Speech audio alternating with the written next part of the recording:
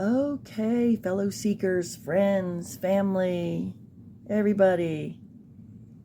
You probably have already seen it, but I would love to share my reaction to you on Sarah Boone's hearing with, let's say, technically, she was attorney number 9, so Mr. Owens, who is attorney number 10, that's just how I'm counting it. Okay, look at her face as at the beginning. I mean, she actually looks, when she smiles, she looks kind of attractive, but there's just something about it that she looks so smug and confident. Is it wrong for me to want to wipe the smug off her face? I think she's like, okay, I got it. Oh my gosh. So let's hear, we already know, based on what we saw, that Mr. Owens looks like he's more than qualified. Why the heck, though, would he want to take her case? Does he need fame? What if he succeeds? Okay, let's just get on with it.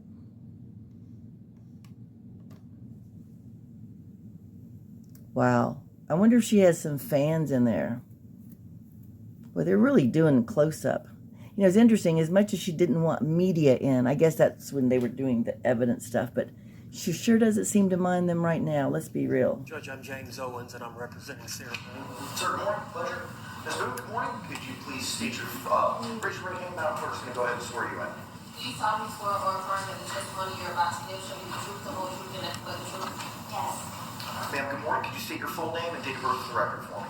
Sarah Boone, 10-10-77. Good morning, everyone. She needs to are here swallow on that smile. several different items. The first is the court's notice of hearing that was sent out last week. The first issue on that was addressing the viewing of the physical evidence here in open court.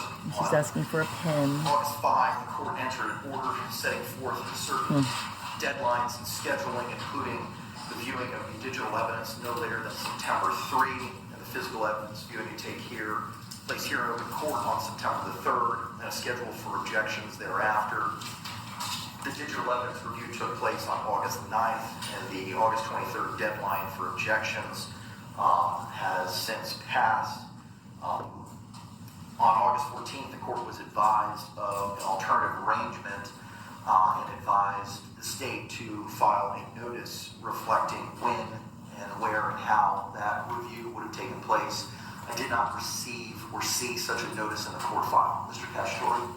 Yes, Your Honor. We were not able to file the notice prior to today. However, on Friday, August the 30th, we were able to have that evidence review of the physical items with Ms. Boone at the Orange County Jail. Okay, all right.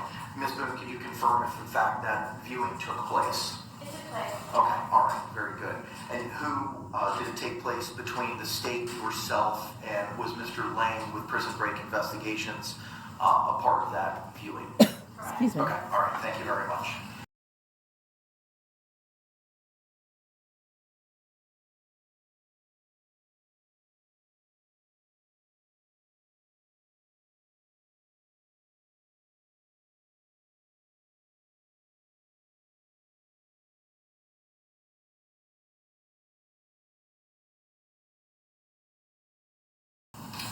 Also set for hearing this morning was defendant's motion for payment of costs and appointing neuropsychologist to assist the defendant in preparation of the defense that was filed on August 14th. The next day, August 15th, JSCS filed a response to the motions for payment of costs and appointment of a neuropsychiatrist. Paragraph 10 of the JSC's response reflects that the JSC will not be participating in this hearing. Mr. Owens, good morning. What is your position, sir, with regard to Ms. Boone's pro se motion for costs? Are you adopting that motion? I'd like to abandon that one, but substitute it in for 2 other motions for the appointment of a forensic psychologist, Dr. Julie Harper, who was on this case previously, I believe she saw Sarah Boone about 6 times at the Orange County Jail. She was working under the direction of the original counsel, Mr. Bedelia, who I believe had the case for about 2.5 years. And I think it was set for trial, ready to go, and then at the last minute he withdrew. I tried to call him a couple of times, haven't been able to find out what went on. I have talked to Ms. Cashman, the last lawyer, but we don't need this neuropsychologist that Ms. Boone had Oh, okay. requested. But So it's we going to do need away with that. a reappointment of the forensic psychologist, Dr. Julie Harper. I've spoken with her a couple of times last week. I text messaged her 4 or 5 times this weekend. She is in agreement to handle the case, to reopen her file.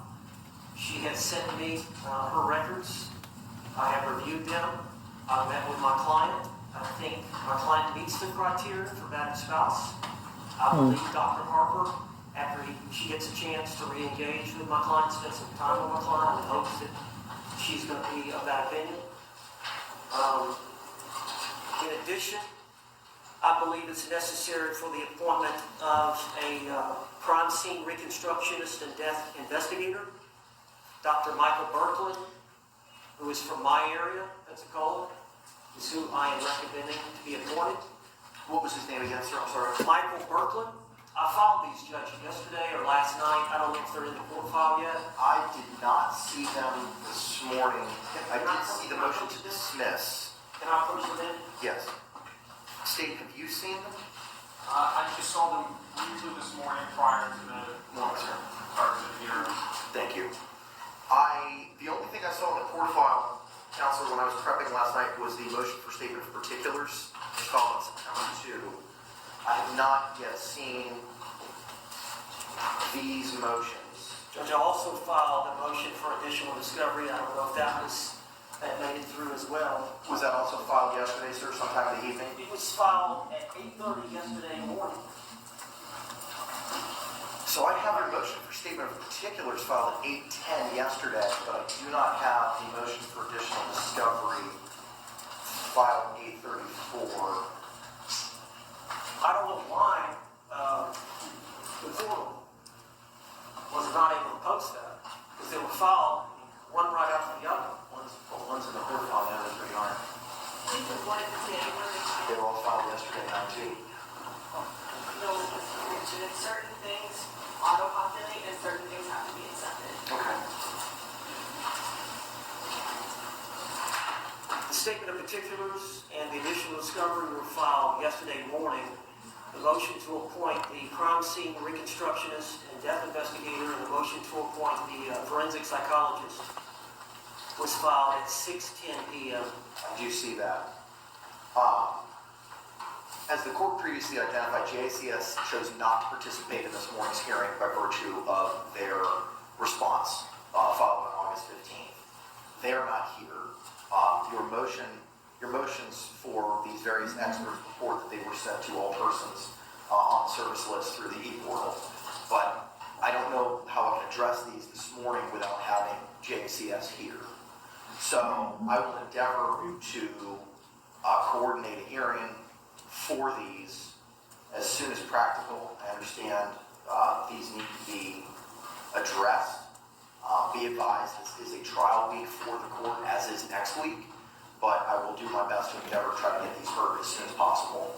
Judge, and I filed my notice of appearance on Friday, Yes, sir. and I've spoken with Dr. Berkland 2 or 3 times this weekend. The state was able to provide me with some discovery. I think once I filed my notice early Friday morning, I think the state provided a lot of discovery to me. I provided that to Dr. Berkland, and I believe he has the autopsy. We cannot find the autopsy photographs, which he says are critical. We cannot find the crime scene photographs, which he says are critical to his evaluation. So I know time is of the essence.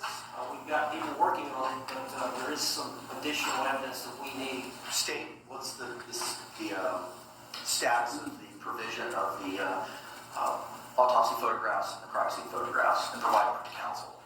We provided all of those things previously, obviously, to the defendant, which has been greatly discussed already.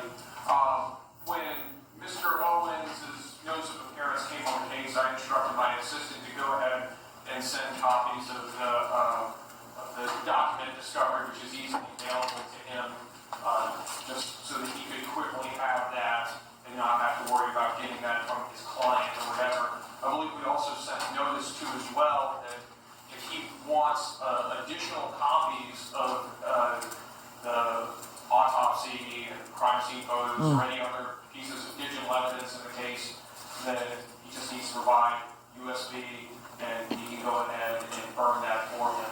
Again, this is in addition to what's already been provided to the defendant in this case. Okay, do we have a time frame where we might be able to get that information to? Yeah, so there. See, Sarah has that information.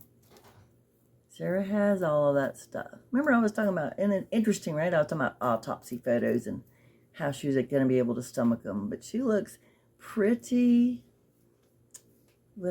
she's kind of gloating over there. I'm not liking that very much. I'm really not. I mean, I definitely want her to have a fair trial. And to be honest, I am happy she has an attorney because that nonsense with her could have gone on and on and on. But before we continue on, I just have a few questions. I'm wondering, you notice today she has her handcuffs on and everything like that. So is that how that's going to continue? And will she be included in every hearing? You know, of course, when she was pro se, she was. But will she be able to attend every single hearing? Or is that going to be different now that she's back to just being the defendant? And also, she's not going to be able to, people, I don't know where it was. I saw somebody say something about her going to be writing letters, but there's no reason for her to write any letters to the judge because she needs to shut the hell up and let her attorney take care of it. But will she? And will she last with this attorney? She seems pretty exuberant about him. I do have those questions, but I don't know if they'll be answered right now. But that's what I was thinking about. If he wants to come back to my office, we can do it this morning / this afternoon. Is your Office in the building? It's right there. Come out the front door, make a left. I don't have a USB with me, but I'll find one.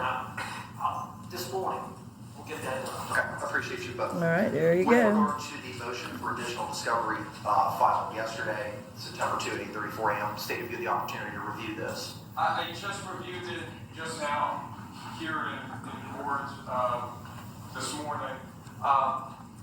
The state was going to request an opportunity She is to just respond to both this motion and also the motion to the statement of particulars.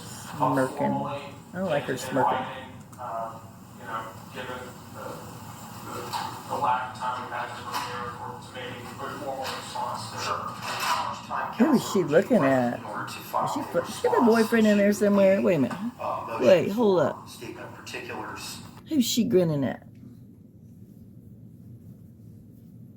Does she have her honey here somewhere in the?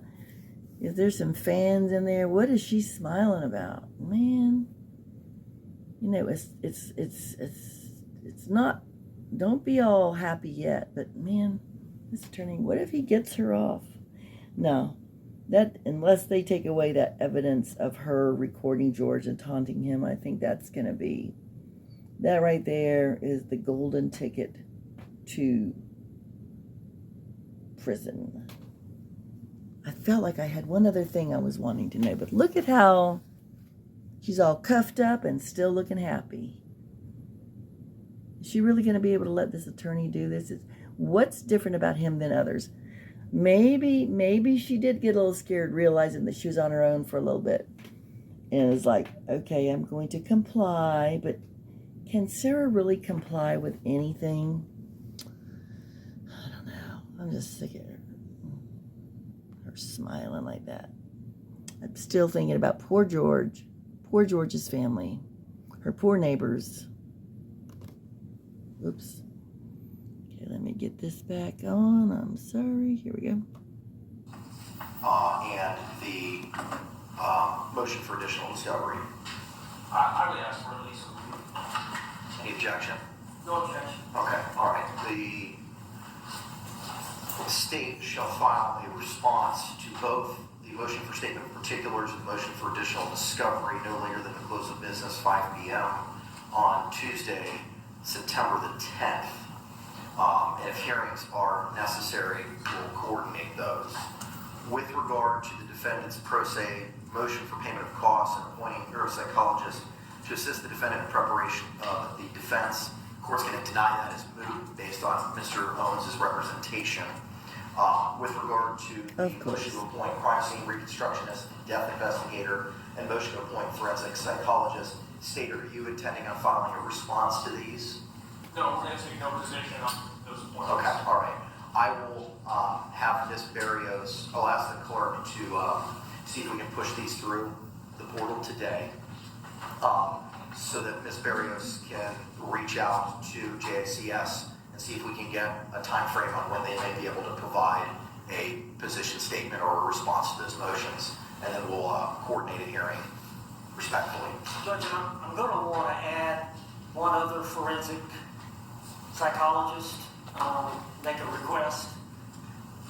I want to make sure that there's not an issue about my client Sarah Boone and I manufacturing a defense. And there is a second doctor, Dr. Michael Brannon. Spell that last name for me, sir. Dr. Michael Brannon. B-R-A-N-N-E-N?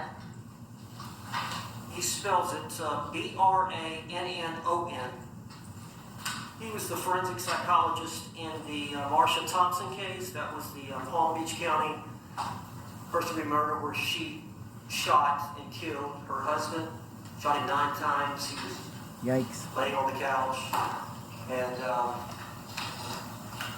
was acquitted of first-degree murder back in July of this year. That was a 2019 case, so that took a while to get to trial. Acquitted, But wow. Dr. Brannon testified that a battered woman's experiences affect her perception of imminent danger. And that's going to be a question in this case, whether or not Sarah Boone, at the time of her actions, was facing imminent danger. In addition, You're Dr. really Brannon smiling right now. You better said look like victims of you're repeat in imminent violence danger. may fear death in situations others would not. Do y'all feel like that she was fearing for her life on that night? Now, I won't argue. There was DV on both sides, and as you remember, if you listen to the neighbors, when he was interviewed by the police, he did say that one night, even though he hid from her after that, she looked anxious, like she didn't want to be where she was. So she could have had some anxiety, but I don't know how that's going to play out with those damning recordings she took of him. What do you all think? Do you think, oh my gosh. I mean, unaliving somebody by using a weapon, nine of those little things that come out of the weapon.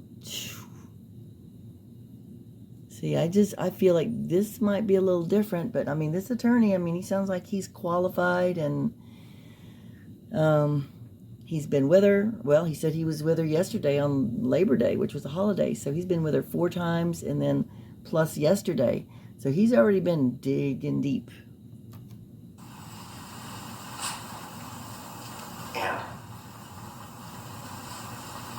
I've tried to reach out to Mr. Brannon this weekend unsuccessfully. And my intent is to reach out to him. I'm hoping he's going to respond. He claims on his website that he responds within 48 hours. 48 hours. That's the only other witness I'm going to need an appointment for a forensic psychologist. So 2 forensic psychologists, Dr. Julie Harper, Dr. Michael Brannon, and then the crime scene reconstructionist, Dr. Michael Burton. And then in addition, I would like Billy Lane, who's seated in the audience. He is the investigator on the case. Because of the claims... Does she have a crush on Billy Lane? Is that who she's making goo-goo eyes at? We need evidence to corroborate that, so. He looks like he could be with the mafia, honestly. Do y'all think that? And Mr. Torres. Chomping on his gum? Involving the Think he apartment has the hots for complex, Sarah? which is in Winter Park. That was 4 years ago.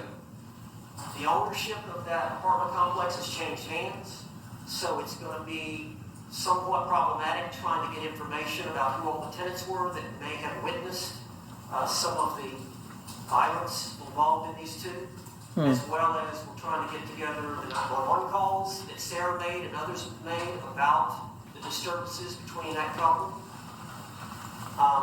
So he's got a lot of work to do as it relates to running down witnesses. In addition, we're trying to get arrest reports of the prior domestic violence arrests of Mr. Torres, as well as the officers involved and their body cams to see if there's any evidence on the body cams that would show injuries to Miss Boone.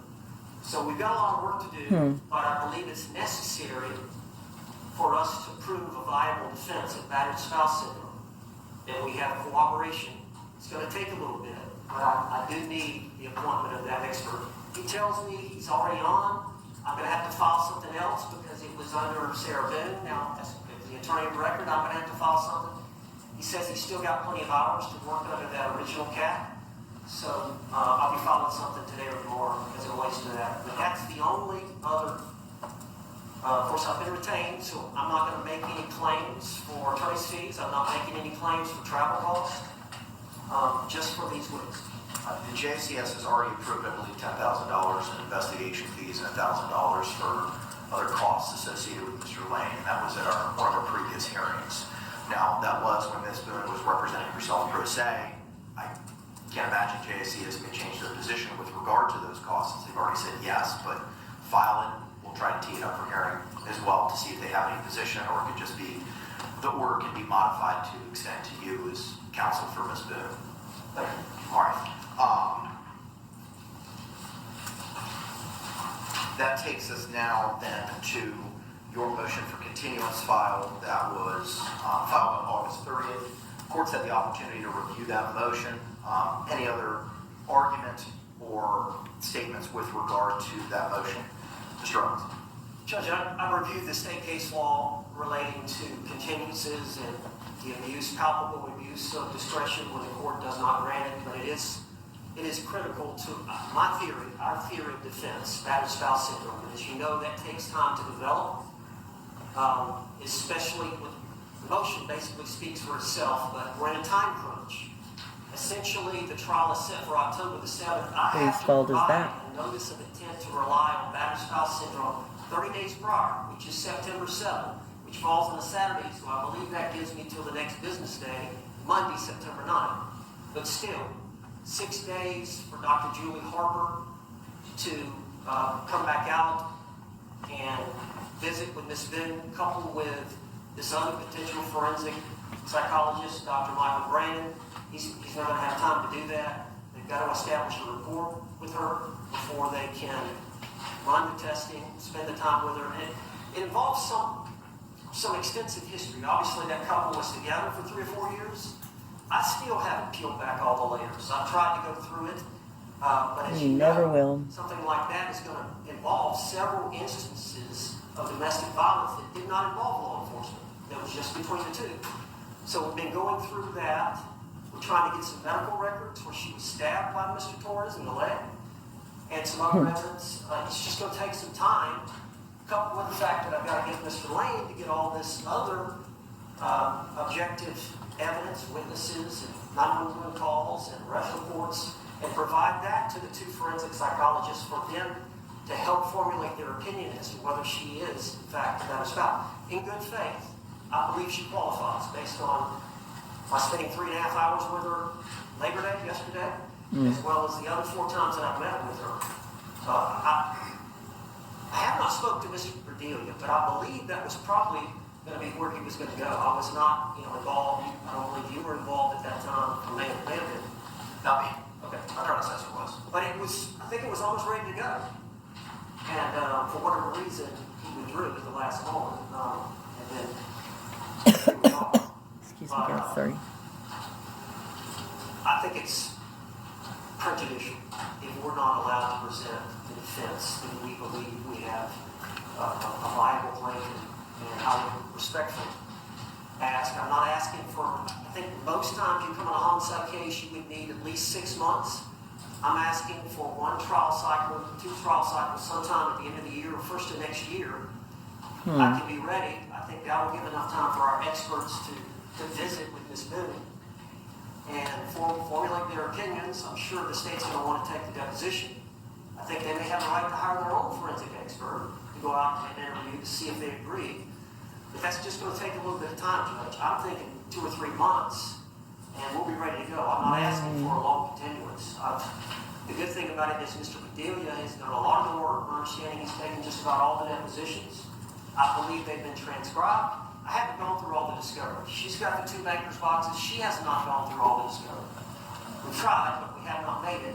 My understanding is a lot of the 2-hour interrogation with the Sheriff's Department has been transcribed. They haven't reviewed that, but we do have a problem with that interrogation. Now, that's why I made the request about the policy. Our policy in my county, Santa Rosa County, is a little bit different. Based on my discussions with her, we feel like I'm going to need to file some motions relating to that. So, because of that, but ultimately because, yes, could I be ready for trial on October 7th? I believe I could, but not without the battered spouse defense, because I don't believe my experts will be ready. And so that's instrumental in our defense. State, do you have any position? I guess the state would just respond to a few things. Part of this battered spouse defense has been previously investigated with several of Ms. Boone's previous attorneys, and in fact, the state did retain an expert, Dr. Tanya Warner, who's on the state's witness list in this case. So they're ready. In anticipation of a potential rebuttal of an attempted battered spouse defense. So sorry, guys. We would oppose a continuance at this time.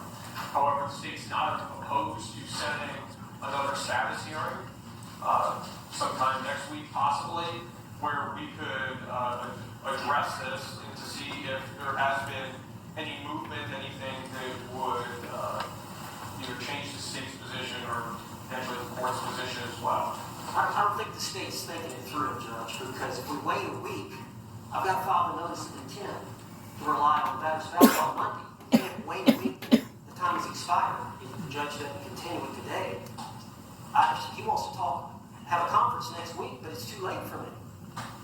What's your response to the rule requiring these battered spouse or battered wife syndrome defense 30 days prior to trial?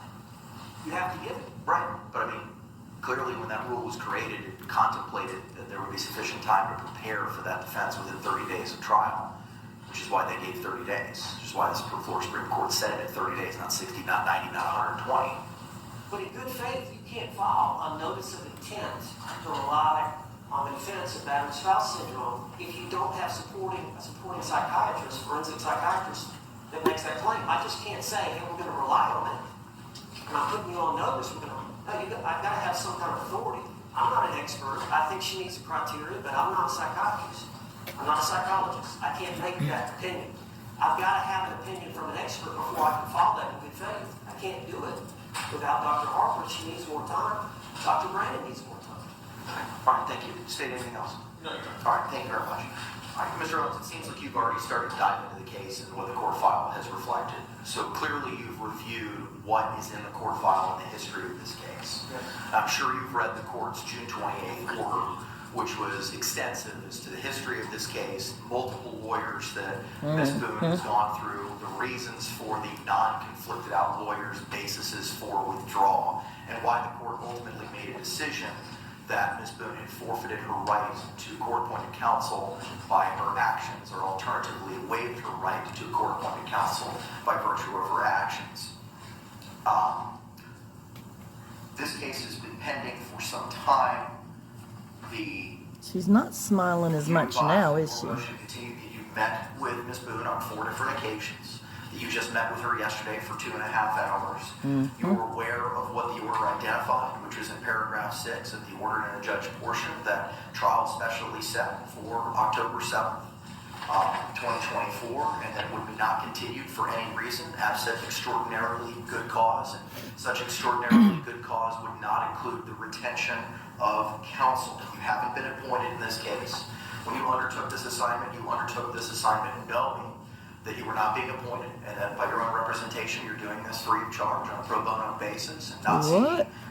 He really is doing it pro bono. I am so sorry. Allergies again. I got a tickle in my throat. So he's doing it pro bono. He must want some notoriety. Notoriety. He must be, I don't know. This isn't, or maybe he just personally feels for her. I'm having a hard time feeling for her. Recompensation for any lodging or travel. You knew what the deadlines were for the court. With regard to any of the experts, there have been multiple prior experts in this case. You already identified Dr. Julie Harper, a forensic psychologist. Look at her expressions. Who met with the defendant on 6 different occasions. So glad she can't was speak. appointed back on August 3 of 2020 under Mr. Padilla's representation of Ms. Boone. At no point in time did Mr. Padilla file a Category A witness list disclosing Ms. Dr. Harper as a testifying expert, and as you astutely pointed out, this matter was days, if not weeks, away from being tried when Mr. Padilla moved to withdraw based on the reasons outlined in the court's June 28th order. Thereafter, Dr. Charles Heller, another forensic psychologist, was appointed on February 3rd, 2022, and again on March 1, 2022. No Category A witness list was ever disclosed with regard to Mr. Heller. Then Winston Hobson had an undisclosed expert that had met with Ms. Boone, as addressed in open court on February 9 of 2024. And as Mr. Hobson put it, that expert was not meeting with what Ms. Boone had desired or requested of that expert. There was another expert psychologist that was appointed by Patricia Catchment on February 28, 2024, who had expertise in battered spouse and or battered wife syndrome. There were also Dr. Linda Dore, 2 times sought to be appointed, once by Attorney Bankowitz. Dr. Dore specializes in battered wife or battered spouse syndrome. Once by Dr. Bankowitz Mr. Bankowitz, on July 17, 2023 again, by Attorney Hobson on January 1, 2024. Based on the 4 Supreme Court decisions in Middleton versus State, 220 Southern 3rd 1152 and 1176, Barber v. State 221 Southern 3rd 562 at 569, there's a 2-part test determining the need of experts. We're not going to be addressing that today, as you've sought to file these other motions that I haven't had really the opportunity to address. And JCS is not here to have the opportunity to review those. In Ramos versus State, 75 Southern 3rd, 1277, and pinpoint 1281, by the 4th DCA in 2011, cited to Lawson v. State, 884 Southern 2nd, 540, also by the Florida 4th DCA in 2004. In that case, defendant Ramos changed his defense counsel at least 4 times while this case was pending, with the latest change in counsel occurring 2 to 3 months before the actual trial date. There's no record evidence showing that any of Ramos's previous attorneys had provided ineffective assistance, and the defense had already moved for 4 continuances to prepare for trial. Similar to the Ramos case, Ms. Boone has played a prominent role in shortening the preparation time for trial, as set forth in the court's June 28th order. The case has already been continued 16 times. As of the date of your filing of your notice of appearance on August 30th, this case has been pending for 4 years, 6 months, and 4 days. On June 7th, this case was specifically set for trial on October 7th, and the June 28th order by the court specifically speaks for itself and evidences how Ms. Boone played a prominent role in shortening the time for preparation for trial. Sure did. The attorney, Ms. Catchment, withdrew. Ms. Boone reached the point where her right to adequate time for preparation of trial is counterbalanced by the right to the effective administration of justice. As of August 30th, when the notice of appearance was filed, there were 37 days until trial commencing in this matter. Considering the prejudice of the denial, Ms. Boone has already availed herself to 4 different attorneys that were not conflicted out. Availed herself. Hobson, and That's right. Cashman, and only has herself to blame for the withdrawal of those 4 attorneys based on the representations in those motions and the findings in the court's June 28th order. Discovery has been reviewed with Ms. Boone by prior counsels, as established by counsel's representations at various hearings, and prior counsel's motions for attorney's fees, all of which were filed in the month of August of 2024. Ms. Boone has had the discovery in her possession since August 5, 2024. The digital discovery that the state seeks to admit at trial was provided to Ms. Boone on August 9. Although you were not court appointed, sir, the court's done its own research with regard to your expertise.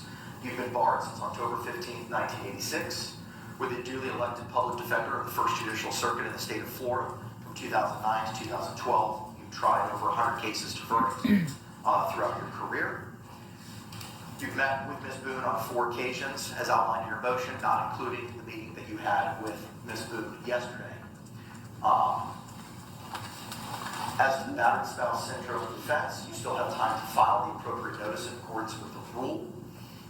In considering all the factors as set forth in Turner v. State 311 Southern 3rd 185 and 5.189, Florida 2nd DCA 2020, your motion for continuance is denied. Matter of this trial is still set for October 7th. We will have pre-trial the 6th to 27th. Pre-trial in this matter, or trial case management will still be set for September 26th at 9 a.m. Judge, a couple of things. Number one, I have a full practice. I've got a docket day this afternoon in Santa Rosa County before Circuit Judge Scott Duncan. I've got 12 clients that are pending. I've got other people covering it, but I do have a full docket. If we set some of these hearings involving my motions, could I be allowed to hear by Zoom? Any objection? No, Your Honor. The only request that I would have, sir, is the rules of general practice require a notice regarding your appearance. If you could just file a motion and provide a form order, I'll sign it and you can appear virtually. There's no reason for you to drive all the way down from Santa Rosa County for all these hearings. Right. When we can appear virtually, JACS, I imagine, will be appearing virtually for some of these motions with regard to the experts. So as long as you file a notice in advance, sir, I've got no problems with that. Okay, yeah, that's a fair request. And I feel like this lawyer seems like, he already knew what he was getting into, and he's already met with her, 5 times, counting yesterday. And I think he's going to be able to pull it together. But hey, you don't blame him for asking. But yeah, he shouldn't have to fly down every time. He could definitely do it by Zoom. Now, I'm sure that the trial itself, he'll be in person. But let's see what else.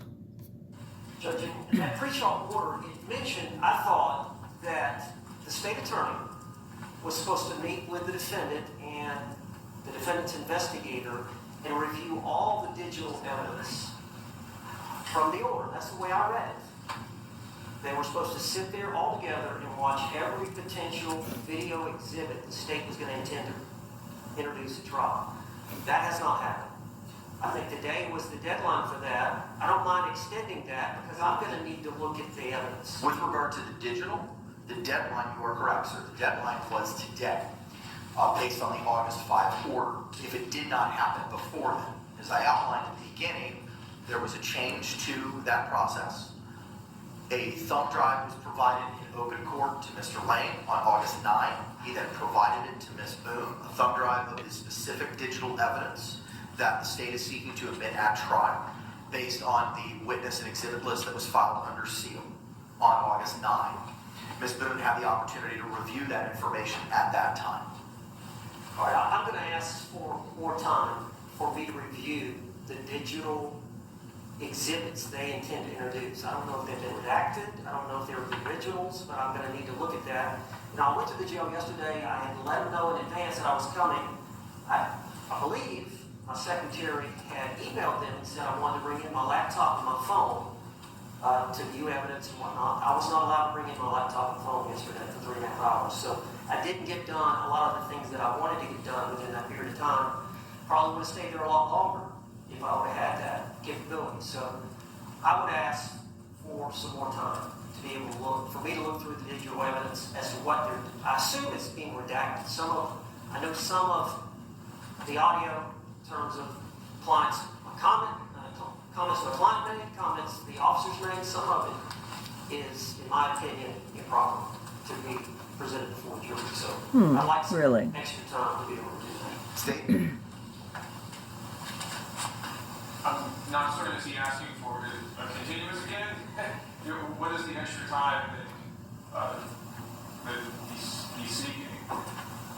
What is it you're asking for? Extra time to do what? The way I understand the order, I'm looking at paragraph 4 of the scheduling order and notice of hearings that Judge, you signed August the 5th. Paragraph 4, the state's digital evidence will be reviewed with the state's investigator, the defendant's investigator, no later than September 3rd, 2024. This evidence viewing can be done in advance of September 3rd deadline. The state shall provide the defendant USB drive with the state. They never viewed it with my client in its entirety. As the order states, they were to do by today. So the state attorney has failed to comply with the court's order. I'm saying I haven't had a chance to view it either. Can we reset that deadline?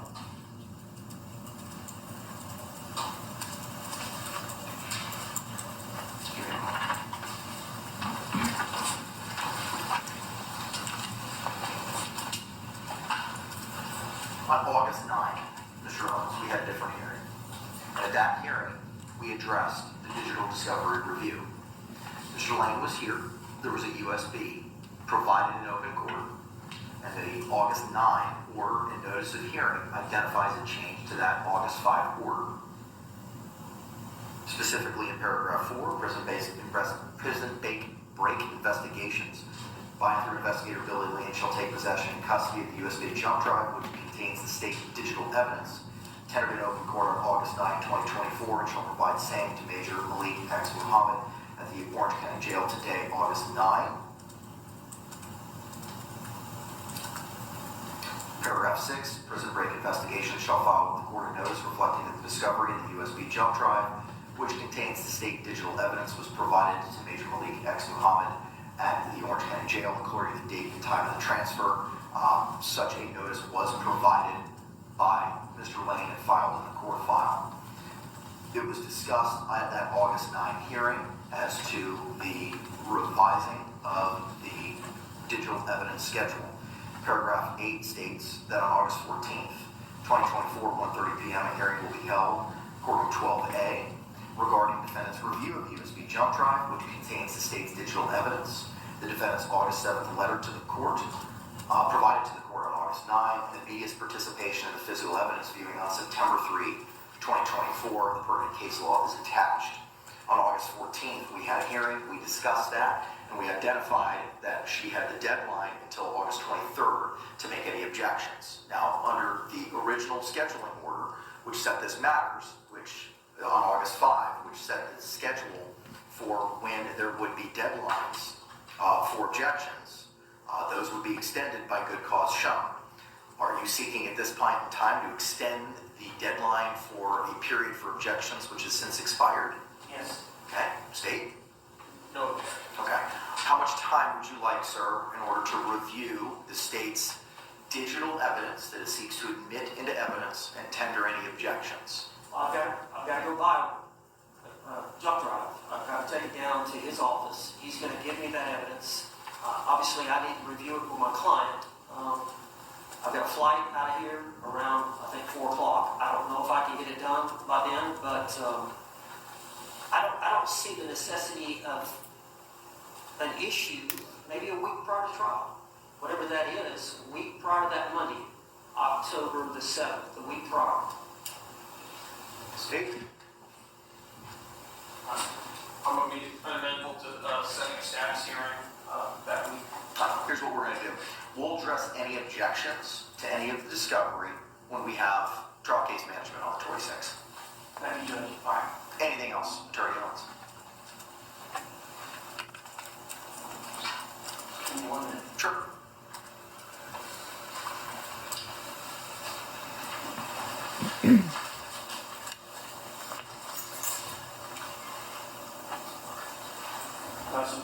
State anything else?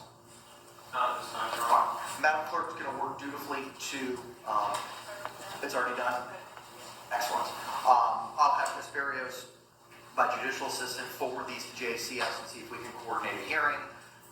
State will have until close of business September 10th to file responses to motion for statement of particulars and motion for additional discovery. Parties having no other business before the court. Y'all can have a fabulous day. Thank you, Judge. Thanks, sir. Can I have a word with Sarah? Absolutely. He's going to come talk to Sarah for a minute. Let's see what this looks like.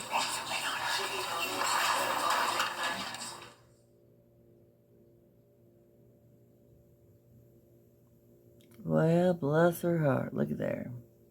That's right. Get that pin back. Well, so it looks like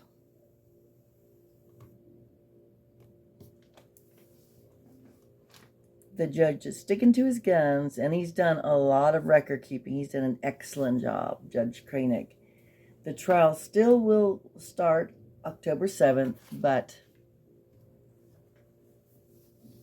her new attorney will have time to search through that stuff. I'm just curious, okay, this is just me thinking, like, what does he think would be prejudicial from the interrogation of the police, whether before she went into the room? I mean, would he want to cut out the part where she's saying, it was a good day, we did puzzles and painting and we only had one bottle of wine, but no, really, we did, and I was drunk and I fell asleep and he was purple and blah, blah, blah, blah, blah, you know. But I don't know what would they cut out. I guess we'll find out, won't we? That'll be interesting, because I don't really know anything that would be a problem. But then he's the attorney. He definitely, you know, as the judge pointed out, they checked into his credentials, and he doesn't, it seems like he's going to be ready. It sounds like he is. I mean, he's spent a lot of time with Sarah.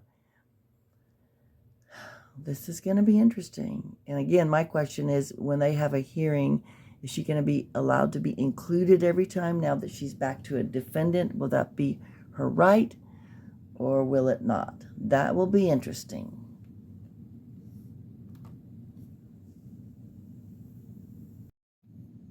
Thought I'd share this comparison with you. Remember at the beginning, she flashed like this Hollywood smile, because you could tell she was just so smug and pleased that she was able to get an attorney. You know, here we are right down to the wire. And I'm okay with that. Like I said, I'm personally glad she has one. No matter what I think of her, which is, I don't think much of her, but everyone does deserve an attorney, even though she messed up. But also, I'm glad she has an attorney, because if she didn't, she would be flailing and floundering around. It would be the circus that it's already been. So good on Mr. Owens for taking the case. It's very interesting, though, because I'm going to share an interview that Benny Politan from Court TV did with him, you know, asking how he came about taking the job and for Sarah and how it all came about. It's pretty interesting. But yeah, so there's her expression now. That's after the judge said that for the continuation it was denied, and it's just such a vast comparison from how she was at the beginning. Like, oh, look at me, I got an attorney, look at that, I'm better than you all, blah, blah, blah. But I think what disturbed me the most about her smiling like that is that that's just one of many things, that she just isn't taking this case serious enough. I feel like it's been 4 years and George's family still doesn't have closure. It's so sad for them. It's sad for George. And I just hope Mr. Owens will say, let's talk about your decorum in the courtroom. You know, I feel like she should look more solemn about it and not look so, But that's just her. But it bugs me. It bugs me that she's smiling and George's family is still grieving and suffering and are not able to get their closure. It just, that's all I got to say about that. But I think that's what bugged me and wanted me to I wanted to wipe or slap the smug off her face or her smile. That's just how it goes. But yep, that's my thoughts on it. But I mean, good for Mr. Owens. I just don't know how it's going to work, because I've been hearing things, and you'll always hear things before me. I'm not, I always think I'm trying to look for information, but I've heard, whether it's true or not, that he, like they said, he spent 5 different visits, including Monday, Labor Day, with her. And I had heard that on one of the days that they met, he had met with her, I think it was in August, that they actually got into a shouting match that was so loud, I guess that the jail people had to tell him to pipe down. So I don't know what that was about, but I'm just wondering, like, is this relationship going to really last? I mean, what is going to be so unique about James Owens? But I'm going to share with you now the interview he gave with Court TV, because it does shed some light on some things. And then some other things you're still like, huh?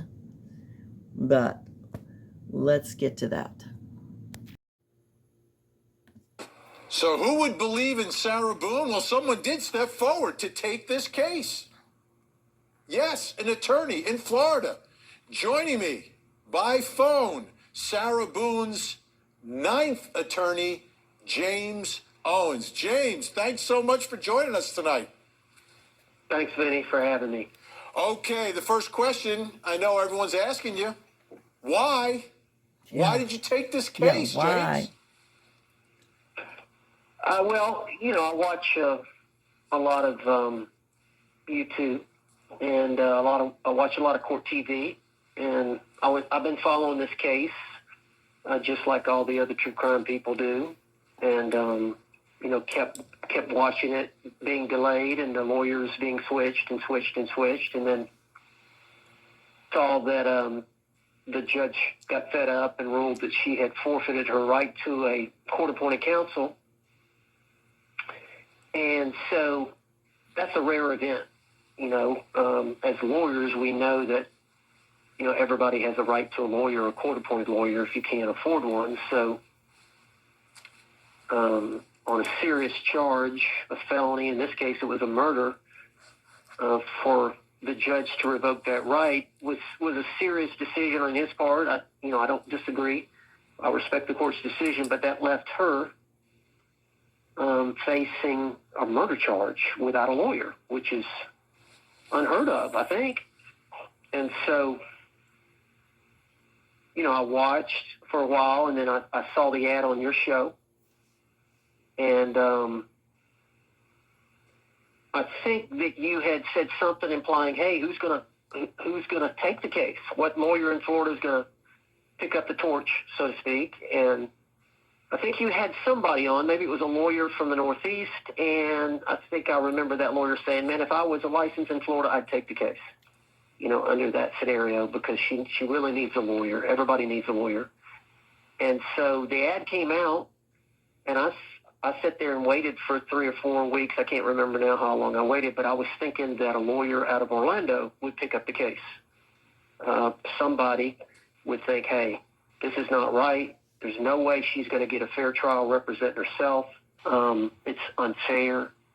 But there's a gap in the system. The judge made a decision based on her conduct that she had forfeited a right to a lawyer. I believe that's where the private sector has got to step in.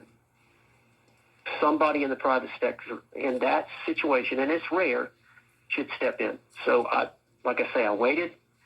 Nobody responded in the local area. So I just happened to have a case down in Hillsborough County that I was going to down in Tampa. And so I knew I was scheduled for court down there. So about a week before that, I sent her a letter, and she had a third party contact me to, I guess, check me out to see if I was legitimate. And well, I think everyone's been checking you out in the last couple days, and everybody knows you are absolutely legitimate, James. I mean, you have quite a history. I've been doing it a long time. Doing it a long time. So anyway, she reached out to me, and then a couple of days later, Sarah called me from the jail in Orange County, in Orlando. And we talked for a little bit, and I explained to her that I was coming down that Wednesday, but I'd come down early and spend Tuesday talking to her, and she agreed. So I drove down Monday after work. Tuesday morning, can you describe that meeting without, I know attorney-client communications is off limits, but how would you describe that meeting to someone? Like, was it different than meeting other clients for the first time? The first meeting? Yeah. No, it was a 4-hour meeting. I usually don't meet with clients in the jail for that long, so I gave her a chance to talk and just listened. For a long time, she had a lot to say. Obviously, she's been in jail for 4 years. And, we had a good meeting. Just, again, I think she has trust issues because she felt like she did have some good lawyers that were on her case and just withdrew because they would get in some arguments about issues, I guess. And so she said they wouldn't even tell her anything at the jail, but the next thing you know, she would, be sent to court, and the lawyer had filed a motion to withdraw. So she didn't, trust the lawyers because she didn't know who to trust. She'd been with so many. So a lot of it was just trying to build trust with her. After she talked a little bit, I told her a little bit about myself. So really feeling each other out and trying to build some kind of rapport was the first meeting, which was about 4 hours. But I think early on in the case, I was able to persuade her that I knew what I was talking about because I was prepared. When I got there, I was prepared, and I played part of that 4 hours. I played the prosecutor, and I pulled out the jury instructions, and I made an argument as a prosecutor would make to a jury, and I had her sit there and listen to it. Did she really sit there and listen? Maybe after he sat there and listened to her go on and on and on, he let her do that, then maybe she really did listen. So he's playing prosecutor, probably to show her how tough it's going to be, because I don't think she quite gets it, which is, it seems like a good strategy. I'm just like, she disagrees with everything, and she's clearly a controlling person, and I think it's very difficult for her to relinquish her power to anyone because she's going to think that her way is right. Now, maybe he was able to get to her. I find it really hard to believe, but if he did, more power to him. What do you all think? I just, okay, so let's see. Okay, so we played prosecutor to show what it was going to be like. Okay, let's see what happens next. And I think that was effective. I don't think she had anybody ever do that to her and explain it to her that way of how it would play out in court.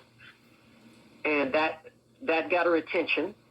And, initially I was going down there. Now, let me tell you, my initial thought going down there was this. She didn't have a lawyer. And once that happens, once they're pro se, then you know as well as I do that all these cases are up for negotiation. Plea agreements are pretty much on the table at any time, and judges recommend, the courts recommend, you try to work cases out. The vast majority of cases get worked out with pleas. So, I talked to her about that, and that was my intent. I'd called the prosecutor and told him I was coming down there to speak with her ahead of time, and he wanted me to file some kind of a notice of appearance, and I didn't want to do that. I wasn't ready to take on the case. So I got her to sign a document essentially saying, hey, I would like I don't want to negotiate directly with you, state attorney. I would like for James Owens to work, just to talk to you. And so she signed that, and I did, for a couple of days, talk to the prosecutor. I was trying to resolve it. Right. I felt like the judge is fixing to have a trial, a 3-week trial with a pro se defendant. Prosecutor's fixing to have a trial with a 3-week trial with a pro se defendant. It was not going to be fair. And I felt like they might be in a posture to try to negotiate something that would be doable. See, so I'm starting to see his picture. So it sounds like to me that James Owens, probably like everyone else, is thinking that her best choice would be to take a plea deal. And it sounds to me that's what he was trying to convince her of. Because, playing prosecution, showing her how tough it's going to be. But I don't think there is anyone who's going to convince her to do that. I think we all kind of know that because she thinks, by damn, she's right. And the world is wrong. And so, I mean, that's good that he tried to do that, but, he wasn't able to convince her to do that. But, all right, let's listen on. Oops. So that was my first intent, was not to handle the case, not to try the case. If we got something worked out, then I would file a notice of appearance, and we'd set it for a court date to resolve it. That didn't happen, was my first. No, it didn't. And, I left that 4-hour meeting. I went to Tampa the next day, had court, and then turns out the investigator that had been assigned to the pro se litigant, Sarah Boone, he was meeting with her that evening at 7, so I asked if I could just join. So I came back over and spent about an hour and a half with her and Billy Lane, the investigator. And we talked some more, and I was convinced that there was going to be no plea bargaining, so I told her I was not representing her and I was leaving, and I emailed the prosecutor or called the prosecutor and said, look, we've reached an impasse. There's no agreement, and I'm not going to be representing her. And I went home. And I want to say a couple of days later, Sarah called me, and we talked. Sorry, I'm going to stop for a minute. I wonder if that's when the yelling match took place. Because it sounds like his intent was to go down there and help her out to get a plea deal.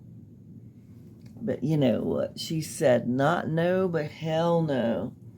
So he was like, okay. Or maybe he was just playing hard to get. Who knows? Oh. Oops, sorry. Some more. And I told her Vinny, So, but at this point, she's now reaching out to you because she wants James Owens to represent her. Well, we did connect. And I think she was overwhelmed being her own lawyer. She was stressed out. Yeah, she had just a little all bit. this discovery that she was trying to go over. She didn't know what she was doing. She didn't know the rules of procedure, rules of evidence. And she had told the judge, I think they'd had a couple of hearings on some issues, and she said, Judge, this is not fair. I don't know what I'm doing. And the judge kept saying, well, I'm sorry, ma'am, but this is your position. So I think she was just thankful that I came down to see her. We had, some good meetings. So I think she really needed some help. So I think that was partly to do with it. But there were still some issues because I think she was let down because I said I wasn't going to represent her. Right. So we got off the phone. I still said I wasn't committed to it, but I was thinking about it. But as you know, second-degree murder trial, and the judge had set a firm date for October the 7th, which is really difficult to do. I mean, you pretty much have to shut down your practice for 30 days or 6 weeks. Absolutely. And just to try to catch up and just be, which is essentially what I'm having to do. Now, well, you've seen the body cam, all the interrogation videos, the 911 call, and then, of course, the cell video. It starts there, right? But in terms of getting prepared in 30 days for this trial, that's 4 years old, and a lot of things have happened. Can you do it? And will you be ready? Well, I'm going to do my best. with the time I've got left, that's all I can do. I'm gonna get some help. I've got to get some staff helping me. I've got a couple of lawyers that are buddies of mine that have offered their help. So, I should send that lawyer from the Northeast down to help you. Joseph Krowski is the guy. Yeah. We'll let him know that he's the reason that you jumped in the case. He may fly down there to help you. He's up in Boston. It's cold. He may come down and help you. Yeah, that'd be great. And I've got two lawyers that, like I say, I think are going to help me. Are pretty much committed to it. They're friends of mine, and I trust them, and they want to help me. And they realize I thought the case was going to be continued. I respect the judge's decision, but I really thought. Let me ask you this: have you spoken to any of the other 8? Yes, I spoke to Ms. Cashman, who was the last lawyer that had it. I've tried to speak to Mr. Padilla out of Miami. He's the one that had the case initially. He had it for about 2 years, maybe 2.5 years. He did most of the discovery, took most of the depositions. I think they were pretty much ready for trial or getting close, and he withdrew. But I've tried to call him a couple of times. I know he's been in a double homicide case they just got out of, but I never was able to speak with him. And you're doing this pro bono? I mean, I don't think she has much. No. No, he's not. What are you getting? Well, Sarah's got to pay me back one day. Okay. Okay, wait a minute. Whoa. Okay, so he's not. I know that the judge, I guess, is the one who assumed or thought that he was doing a pro bono. And now Mr. Owens is saying, no, he's not doing it pro bono. Sarah has got to owe me someday. Okay. So if he loses, is she really going to pay him? And is she, I mean, he ought to know that. I can't even find the words. She did. Oh gosh. Does she expect Brian to pay for it? I don't know. I mean, he's got to know that the chances of her paying him back are slim to none. But maybe he doesn't really care about the money. I mean, I sure would, because she's exhausting. Okay. That was the agreement I had. I wanted her to understand that she needs to be self-reliant, and she needs to be responsible for fees. I've got a bunch of clients that are paying me, and some of them only pay $50 a month. And but it's important to me. It's important to them, that we have an arrangement to make payments, and that's what I told her. Do you think? I feel. Do you think she needs to tell her story in the courtroom? Well, it's a pause. Sarah's a unique individual. I don't know. In a criminal case, it's the time to tell her whole story. I think if it's necessary, she'll take the stand. We're just going to see how the case plays out. We'll make that decision when the time comes. Of course, she's got a lot to say. She's filed a lot of pleadings, a lot of letters. Understatement. We've seen them. Trust me, we see.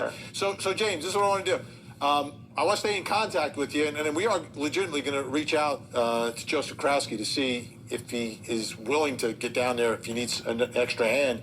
But also wanted to let you know that I wanted to let you go now because I know you've got some discovery. You got a couple more hours tonight. You can jump in there and as you get ready for this. But I hope that we can reach out to you as we get closer and closer to the trial and grab a couple minutes of your time.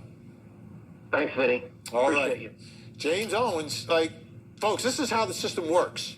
It doesn't work if lawyers just look away and don't jump in like this.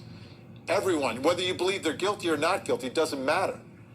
Without defense attorneys stepping in like James Owens is in this case, the whole system crumbles. It absolutely crumbles. So pretty amazing that he jumped into this as lawyer number 9. Okay. Excuse me? Why this case? Sarah Boone needed a lawyer. I mean, I can't imagine our system. The case is an aberration, okay? Just a gap in the system that hardly ever happens. On the federal level, on the state level, everybody charged with a crime is entitled to counsel. Okay? Everybody. Never, unless the client, unless the defendant waives their right and wants to represent themselves, which is rare. and foolish. But I understand the judge's ruling. We respect the judge's ruling. But that left Sarah in a position where she's standing in a courtroom accused of murder without a lawyer. I can't think of any other time that you would need one than in that scenario. So once that decision was made by the court, Sarah put an ad out. Somehow it got on court TV. I watch a lot of YouTube, true crime. I saw it. I didn't immediately act on it. I waited 3 or 4 weeks thinking that one of the members of the defense bar here in Orlando would pick up the torch. 3 or 4 weeks went by. It did not happen. I had another case down here in Hillsborough County in Tampa that I had to come down for. So I wrote her a letter about a week before that. And she had a third party, a girl from Minnesota, that reached out to me, I think first just to see if I was legitimate. They said to see if I think catfishing is what they thought I was doing. Somehow, some fraud. I think once the third party realized that I was genuine, then Sarah called me. And we talked on the phone a couple of times, and I said, hey, I'm coming down that Wednesday for that court case in Tampa. Why don't I just come down Monday, which I did. I got done with court, I think, Monday at noon. I drove down 6 hours, spent the night, got up the next morning. I think that was on the 20th, and I spent about 4 hours with Sarah Boone at the Orange County Jail. During that period of time, I was in talks with the prosecutor, let him know what I was doing. He wanted me to file a notice of appearance. I wasn't ready to make that commitment yet. Didn't do that, but I got Sarah to sign a document essentially saying, you can speak to the prosecutor on my behalf. There was attempts to try to resolve it. If we would have come to terms, I would have filed the notice of appearance. We would have set it for court, set it for hearing, and the case would have been resolved. So we did make attempts like everybody does in every case. Any prosecutor, any criminal defense lawyer, public defender, you have plea negotiations. So, that makes sense. So what he was initially trying to do was to help her, because I think based on what the so-called experts say, that it would behoove her to take a plea deal, but being Sarah Boone and her thinking that she's right, the rest of the world is wrong, she ain't gonna do that. So maybe that's what they were hollering about in the jailhouse. So this is really going to be interesting. So see, he was probably trying to tell her the same thing, but he's going to continue on. But are they really going to be able to I mean, and if she's going to so-called pay him if they don't win, is she going to want to pay him? She's going to be mad because she's kind of like an all or nothing kind of girl. But I get what he was trying to do, but all right, well, okay, let's listen more. That's just part of it. So there were attempts to settle it. I was kind of like a mediator. I was kind of like a go-between because see, he was trying to help her get the plea deal. Pro se, it's very difficult for the prosecutor to then communicate with the defendant. Actually, the rules say you've got to do it on the record. And you can imagine not having somebody to negotiate for you, and she's trying to negotiate with the prosecutor, trying to send her to prison for the rest of her life. So somebody had to do it. I was doing it. But after so I met with her that day. I went over to Tampa, handled my case. I think I was done at 2:30. I came back. Well, Billy Lane, the investigator that's assisting Sarah Boone, pro se, he had scheduled an appointment to meet with Sarah that night. So I went back over to the jail. They let me meet with them. So the three of us met. This was, I think, the 21st. Like it's set from 7 to 8:30. We met for about an hour and a half. And, at that point, we couldn't reach an agreement. And then I wasn't ready to represent her at that point. I immediately told the prosecutor that there was an impasse, there was no agreement. that I was not going to be representing her. I got in the car and drove back home. Got home about 4. I had court the next morning at 8:30. I was done with the case. I did the best I could. I want to say 2 nights later, my wife and I were home, and Sarah called, and we talked again. Of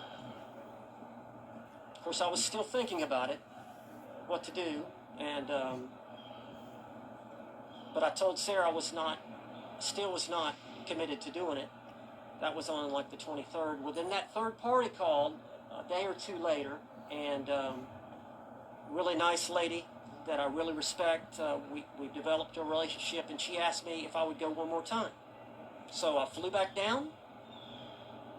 We met again a couple of times. I can't remember the dates now, 25th and the 26th. But both meetings went well.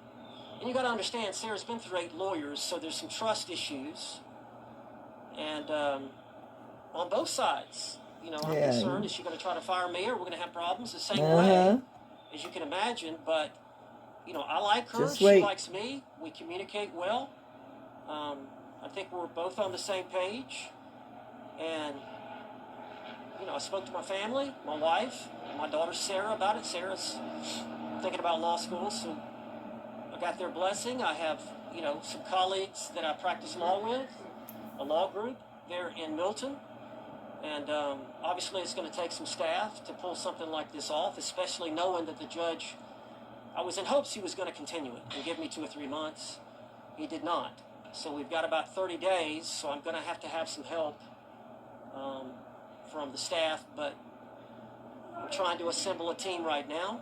I've got a couple of friends that are lawyers that have indicated they're going to help me. And what are friends for? Are you doing it pro bono? I've been retained. I'm not doing it pro bono. Who's paying for it? Sarah owes me. Sarah owes me. I can't get over that part. Okay, Sarah. Mm-hmm. Well, you know, I'm not an expert, but I don't know if we're going to be able to do that because we're time crunched now. As you know, I think y'all understand the rule now. We've only got till the 9th, which was today, the 3rd. We've got 6 days. So I'm going to try to pay for Dr. Julie Harper to fly down here later this week. She's actually from my area. The 2 experts that I had asked for, well, there's a third one, but 2 of them are from my area. Dr. Harper's from Okaloosa County, and Dr. Berkman is from Escambia County. But excuse me again, guys. I've been in communication with Dr. Harper. I think I'm going to get her to fly down here later this week to meet with Sarah several times. Hopefully, at the end of those meetings, like I said, she's already met with her, but it was 2 years ago. She met with her 5 or 6 times. Hopefully, she's going to agree with me that she does suffer from battered spouse syndrome. And so then, if she's able to get me that opinion by the end of this week, my intent is to file the notice with the court and the clerk of our intent to rely on that defense, and then we go from there. That's really all I can say. It's up to Dr. Harper, not me. So you've got 6 days to do that. Now, barring a Matlock miracle and that doesn't occur, what is your other, I guess, plan of action? Well, you know, Sarah's been sitting in jail for a while. She's looking for her day in court, and we all want justice to be served. You know, I'm a criminal defense lawyer. I've been doing it a long time. The state has the burden of proof. They have to prove their case. I know there's some strong evidence in the case, but there are some explanations. I'd rather not get into my other potential defenses, but we do have some defenses. They've got to convince the jury beyond a reasonable doubt. That's all I really want to say. You know, just like any other lawyer facing a trial on a criminal case, the state has the burden. We're going to test the state's evidence, and then we've got potentially a case to put on. But we'll see. We'll see what happens in this week. It'll be interesting to see if we can utilize, because I do believe she meets the criteria just from everything that I have viewed in terms of Mr. Torres's prior arrest. I did want to say something else, but I want to say something, but I'll wait for you if you We got gotta time. move downstairs. Okay. Or, I mean, we can just wrap it up. Will you just wrap it up? I did want to say this. The Torres brothers are violent towards women. I'll say that again. The Torres brothers, George and Farrell Torres, are violent towards their women. Farrell Torres is George's brother. Are y'all aware of this? He was arrested in May in Seminole County for killing his girlfriend, the mother of his children. He stabbed her to death. I've got the file right here. He called 911. Eventually, the 911 operator got around to, where is the weapon? Where is the knife? It was still in her head. I don't know. Sarah's told me about the family, the dysfunction. I seriously doubt that's going to be admissible in my trial. But there's two sides to every story. And Sarah's got a story to tell. I think she's been mistreated to some degree. It's difficult to represent yourself. I wish you could just imagine if you had a daughter that was in her situation where she's representing herself, or maybe a sister. Just for 10 minutes, just think about her situation. You know, she's backed into a corner, and she's the type, like most of us are, they're going to come out swinging. That's what she's been doing. Some of it is probably appropriate, some of it has been inappropriate, but it's all she knew to do was to fight. And she's been fighting. She doesn't have to fight anymore. I'm going to do the fighting for her. So she feels good about it. I feel good about it. We want justice to be served. We feel like if we get a fair jury, that we got a good chance. That's all I'm saying. Thank you. So see, he brought it out there. I wonder why he did that. Now that is horrible what George's brother did, but what does that have to do with what Sarah did to George? I think we all already know that there's DV on both sides. But at the end of the day, George was the one in the suitcase, and Sarah's the one that's still here. I mean, oh my goodness gracious. What do you all think about it? Please let me know in the comments below. And I'm going to try to get out another one. I know I said tonight, but as I'm looking right now, I see that it's like 11:32, so it won't be tonight. It'll be tomorrow by the time it's out, but close enough. But I was going to try to look on there. I know that there's some motions that Mr. Owens has set, and so I will check that out. And then there were some other things from Court TV that I think I might want to share that are noteworthy. But for now, I think that's enough for us to think about. This is going to be crazy. I mean, it's pretty nuts that George's brother did that. And I get it, but, you know, like that person said on Court TV, I don't think that's going to be able to enter into it. But he sure put it out there. Okay, guys, the screen is being weird, and it's probably, like, not good for you migraine sufferers.